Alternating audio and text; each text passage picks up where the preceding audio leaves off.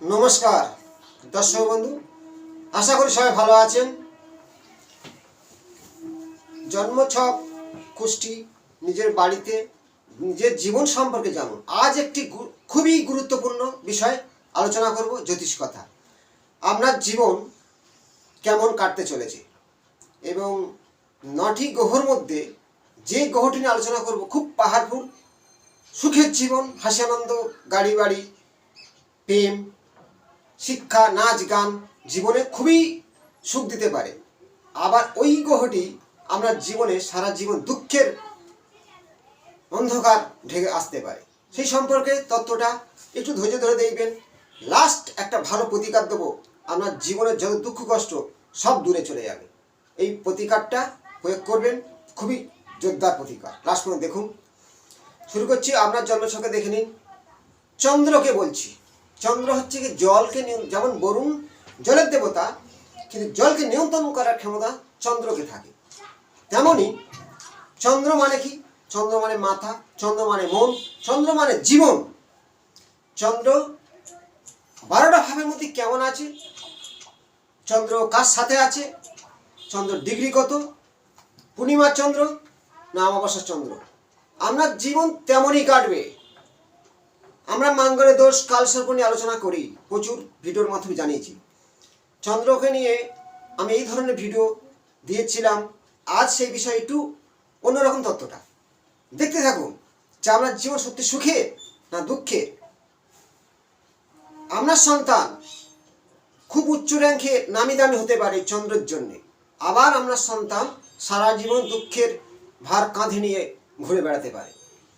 এই 12টা ভাবকে বলা হয় 12টা কালপুরুষের 12টা রাশিচক্রের ঘর। এবং রাশি মানে কি? চন্দ্র যে ঘরে বসবে সেইটে তার রাশি হবে। তেমনই চন্দ্র পূর্ণিমার চন্দ্র আর অমাবস্যার চন্দ্র, তাহলে যে ঘরে বসবে সেটা রাশি আমরা জানি। এখানে দেখো মেষ রাশি, চন্দ্র মানে মেষ লগ্ন, এখানে লং লেখা আছে মানে লগ্ন, আর লং না থাকলে সেটা হবে তার রাশি। তাহলে রাশি অনুযায়ী রাশিফল গণনা করা হয়। চন্দ্র মন মানসিকতা, শিল্পকতা, কল্পনাশীল চন্দ্র। চন্দ্রের নাম্বার 2, 11, 20, 29 এই তারিখে জন্ম হলে আপনি চন্দ্রের জাতক। চন্দ্র জাতক কেমনই, তার কিছু ভাব পড়ে, চঞ্চলতা, অস্থিরতা, দ্রুতগতি, চন্দ্রের এই প্রভাবগুলো থাকে। কারণ একটা রাশিচক্রের চন্দ্র পাস করতে 2.5 দিন সময় নেয় মাত্র, শনি নেয় 2.5 বছর। তেমনই তার চন্দ্রের গতি কত? চন্দ্রের প্রতীক, যে কর্কট রাশির প্রতীক হচ্ছে কি কাংড়া, কিন্তু চন্দ্র যে রাশিতে বসবে সেই তার প্রতীক হবে। কিন্তু কর্কট রাশির ক্ষেত্রে চন্দ্রের ভূমিকাটা বেশি থাকে যায়। আমি 12টা ঘরের মধ্যে চন্দ্র যে ঘরে বসে আছে তেমনই ফলদান করবে, সেই সম্পর্কে একটা তত্ত্ব নিজেরা ভালোভাবে দেখবেন। বিস্তারিতভাবে আমি আলোচনা করব, একটু ধৈর্য ধরুন। চন্দ্র যদি লগ্নে থাকে, পূর্ণিমার চন্দ্র হয়, খুব সুন্দর দেখতে হবে। চন্দ্রের ওপরে যদি কোনো পাপগ্রহ দৃষ্টি থাকে বা যুক্ত থাকে, রংটা অনেকটা মরা হবে বা মুখের আব্বাটা একটু অন্যরকম ঘুরে যাবে। রাহুযুক্ত হলে দাঁতটা, পাশে দুটো দাঁত একটু বড় হবে, বেড়া টাইপের হবে। কিন্তু চন্দ্র লগ্নে থাকলে তার সৌন্দর্য দেখতে হয়। লগ্ন চাঁদা বলা হয়। লগ্নে চন্দ্র আর রাশি একত্রে হলে লগ্ন চাঁদা হয়ে যায়। এবার দ্বিতীয় ঘর দেখো, লগ্ন থেকে বলছি বৃষ রাশি ঘরে চন্দ্র, তার রাশি হবে বৃষ। তার চন্দ্র বৃষ রাশিতে উচ্চস্থ থাকে, তার নাচ গান মনের ইচ্ছা সবকিছু পূরণ হতেই থাকে। কিন্তু চন্দ্র ডিসপুট কেন হয়? চন্দ্র নিচস্থ হয় বৃশ্চিক রাশিতে হলে কি হয়? সবসময় শরীর দুর্বল, মানসিক কষ্ট, মানসিক চাপ লেগেই থাকে।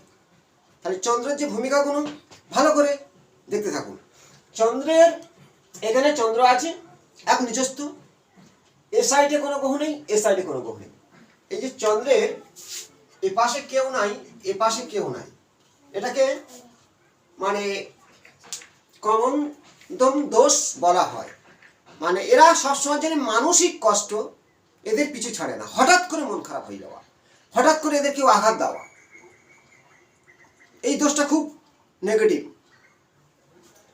যে চন্দ্র দেখুন, চন্দ্রের সঙ্গে কেতু আছে, এটাকে বলা হয় মাতৃঋণ। চন্দ্রের সাথে রাহু আছে, এটাকে বলা হয় মাতৃঋণ। আবার এটাকে বলা গ্রহণ দোষ। জীবনে একবার বদনাম আসবে, কলঙ্কিত হওয়া, না কোনো নেগেটিভ কর্ম করেও সেই আসবেই। ভুল কত পরিচালিত করতে পারে। চন্দ্রের সাথে রাহু বা কেতু থাকলে জীবনে বদনাম আসতে পারে। এই যে চন্দ্র আছে দেখুন, মীন রাশির চন্দ্র আর মীন রাশি। এই চন্দ্রের এপাশে কেতু, সামনে শনি। চন্দ্রের ধরো এখন চন্দ্র আছে আগে শনি, পেছনে রাহু, মানে পাপগ্রহ।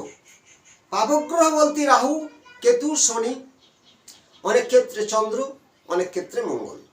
কিন্তু রাহু কেতু শনিকে আমি বেশি ভূমিকা দিই। চন্দ্রের দুই পাশে যদি দুটো পাপগ্রহ থাকে, এই যে লিখে দিয়েছি, পাপ কাত্তারি যে দোষটা, যোগটা আপনার জীবনে অনেকটাই নেগেটিভ ফলদান করবে সারা জীবন। শনি ও চন্দ্র ভালো করে লক্ষ্য করুন। ধরা যাক মেষ রাশির ঘরে শনি বসে আছে, শনি নিচস্থ, ওখানে চন্দ্র আছে। ওখানে না থেকে মকরে থাকতে পারে, যে কোনো ভাবে বসতে পারে। চন্দ্র শনি একত্রে আছে, আপনার জীবনে শনি চন্দ্র বিষময় করে তুলবে, মানে এটাকে বিষ যোগ বলা হয়। চন্দ্র শনি, চন্দ্র রাহু, চন্দ্র কেতু, চন্দ্র মঙ্গল। এই যে মঙ্গল চন্দ্র, কর্কট রাশিতে মঙ্গল নিচস্থ হয়, চন্দ্রের সাথে আছে। চন্দ্র আমাদের যে মাথার দিক থেকে বাড়ি গাড়ি সৌন্দর্য নাচ গান, মঙ্গল সংযুক্ত চন্দ্র মঙ্গল এক রকমের মাঙ্গলিক, আমরা বিবাহ জীবনে প্রভাব ফেলবে। যদি আমরা মঙ্গলকে নিয়ে বলি নানান মাঙ্গলিক দোষে বিয়ে হয়ে যাচ্ছে, সন্তান হচ্ছে না, সব ক্ষেত্রে বাধা হচ্ছে, অবশ্যই হয়ে থাকে। কিন্তু তার থেকেও শনিচন্দ্র আপনার জীবনে কয়েকটা ঘর ভাব দেখে নিন। লগ্নের সপ্তমে শনিচন্দ্র, লগ্নের দ্বাদশে শনিচন্দ্র আপনার জীবনে মারাত্মক বিপর্যয়, দাম্পত্য বিবাহ জীবনে। লগ্নের পঞ্চমে শনিচন্দ্র প্রেম বিচ্ছিন্ন করে দেবে। সপ্তমে বিবাহ জীবন নষ্ট করবে, ব্যবসা নষ্ট করবে। দ্বাদশ ঘরে শনিচন্দ্র জেল বন্ধ হতে পারে যদি রাহুর দৃষ্টি পড়ে যায় শনির উপরে আর চন্দ্রের উপরে। সেই যে তত্ত্বগুলো খেয়াল করুন যে আপনার 12টা ভাবের মধ্যে চন্দ্র কার সাথে আছে, এবং সবচেয়ে নেগেটিভ চন্দ্রের সঙ্গে পাপগ্রহ। চন্দ্রের আগে কেউ নেই, পিছনে কেউ ফাঁকা। এই যে চন্দ্র এবারে ফাঁকা, এবারে ফাঁকা, এই দোষটাকেও মানসিক কষ্ট দিয়ে থাকে সারা জীবন। সারা জীবন কি ঘটবে? নারী হচ্ছে কি জল, যে পাত্রে আমরা রাখি সেই পাত্রে রূপ ধারণ করে। জল যেমন, যখন সে বাপের বাড়ি থেকে অন্য জায়গায় শ্বশুর বাড়ি যায়, সেখানে গিয়েও সেই কষ্ট কেন পায়? চন্দ্রের দুই পাশে গহনা থাকলে হয়।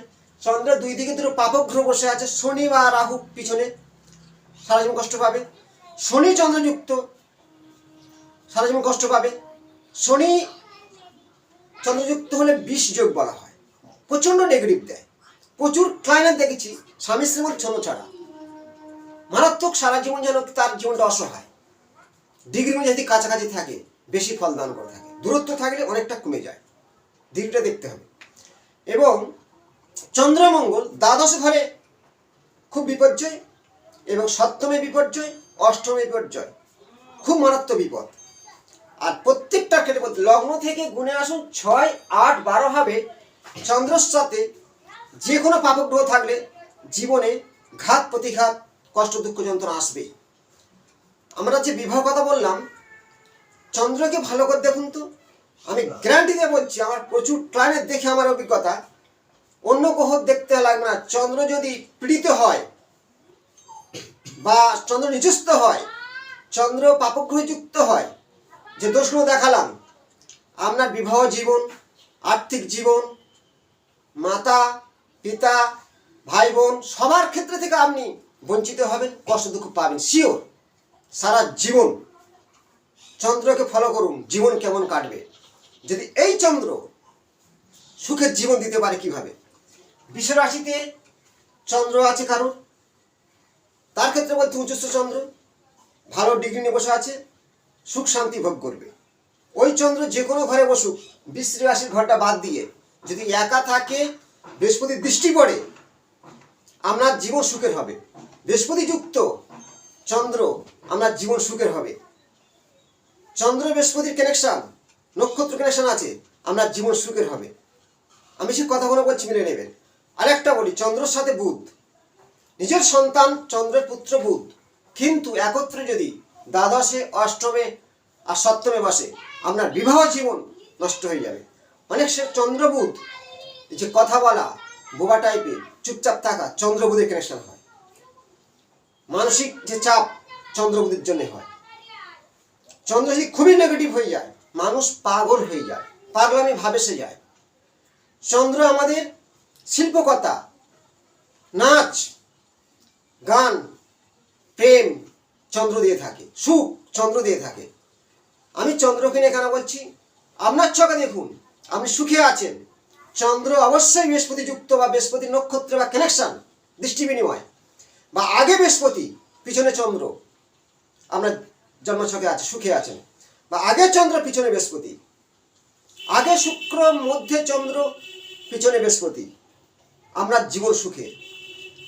চন্দ্র মধ্যে আগে রাহু পিছনে শনি, দুঃখের জীবন। মঙ্গলদোষ দেখতে হবে না, কালসর্প দেখতে হবে না, আমি যে কথাগুলো প্রায় বলে দিচ্ছি, জন্মছক দেখে, তার লাইফ কাহিনী দেখে আমি তুলে ধরছি আপনার সামনে। যদি এই ধরনের চন্দ্রের দুই পাশে পাপক গ্রহ, চন্দ্রের পাশে কেউ নাই, চন্দ্র রাহু যুক্ত, চন্দ্র শনি যুক্ত, কষ্ট, দুঃখ, যন্ত্রণা আমার পিছু ছাড়বে না।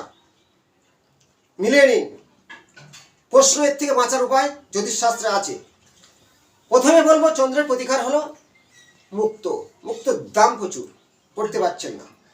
যে প্রতিকার বলবো প্রয়োগ করুন। চন্দ্র দেখবেন শিবের মস্তকে অর্ধচন্দ্র রূপভাবে থাকে। এর কাহিনীটা বড়, বলার সময় নেই। তাই চন্দ্র যদি ডিস্টার্ব হয়, নেগেটিভ হয়ে থাকে, মানসিক কষ্ট পাচ্ছেন, শিব, মূল কথা হলো শিবকে আরাধনা করুন, শিবকে জল চড়ান। অনেক পদ্ধতি আছে। সোমবার দিন নিরামিষ খান, শিবের আরাধনা করুন, চন্দ্র ডিস্টার্ব কাটবেই। মুক্ত করার পাশানি করুন, শ্বেতচন্দনের মূল ধারণ করুন। না পারলে শিবের আরাধনা তো করাই যায়। সস্তায় একটা বেলপাতা, গঙ্গা জল, সাত চন্দন, ব্যাস। নিজের নাভিতে সাদা চন্দন প্রতিদিন লাগান, ললাট দিন, চন্দ্র ডিস্টার্ব করে যাবে। জলকে অপচয় করবেন না। চন্দ্র ডিস্টার্ব হলে বাড়িতে টপাটপ জল পড়ে, মিলাবেন। চন্দ্র ডিস্টার্ব হলে সেই বাড়িতে অশান্তি লেগে থাকে, আপনার শিল্পকথা বন্ধ হয়ে যায়। তা আমি যে প্রতিকার বলছি, ভালো জলের সামনে, মানে প্রবাহিত জল বা কোনো ঝিল বা নদীর কাছে গিয়ে পূর্ণিমার চাঁদকে দেখুন, যে ছবিটাকে জলে ভাসবে, অনুভব করুন, প্রাকৃতিক দৃশ্যকে মনের আকর্ষণ করুন। আর এগুলার জল কাঁচের গ্লাসে নিয়ে ভালো চিন্তা করে জলটা পান করুন, আমরা মনে শান্তি ফিরে আসবে। একটা খুব সুন্দর নাম, যারা মানসিক কষ্টে ভুগছেন, পুরাতন প্রেমে ধোঁকা খেয়েছে, পুরাতন কিছু মানসিক সমস্যাগুলো আমরা চেপে ধরছে, নাম্বার বলছি, চন্দ্রের স্থানে লিখবেন। এই যে চন্দ্রের ক্ষেত্র, এইখানে লিখবেন 2533-698, 2533-698, এই চন্দ্রের ক্ষেত্রে লিখুন সবুজ কালি দিয়ে। আপনার কিছুটা পেছনের দুশ্চিন্তা, মানসিক চাপ কমতে বাধ্য হবে। পরবর্তী অংশে নতুন করে তথ্য নিয়ে আসবো। ভালো থাকবেন, নমস্কার।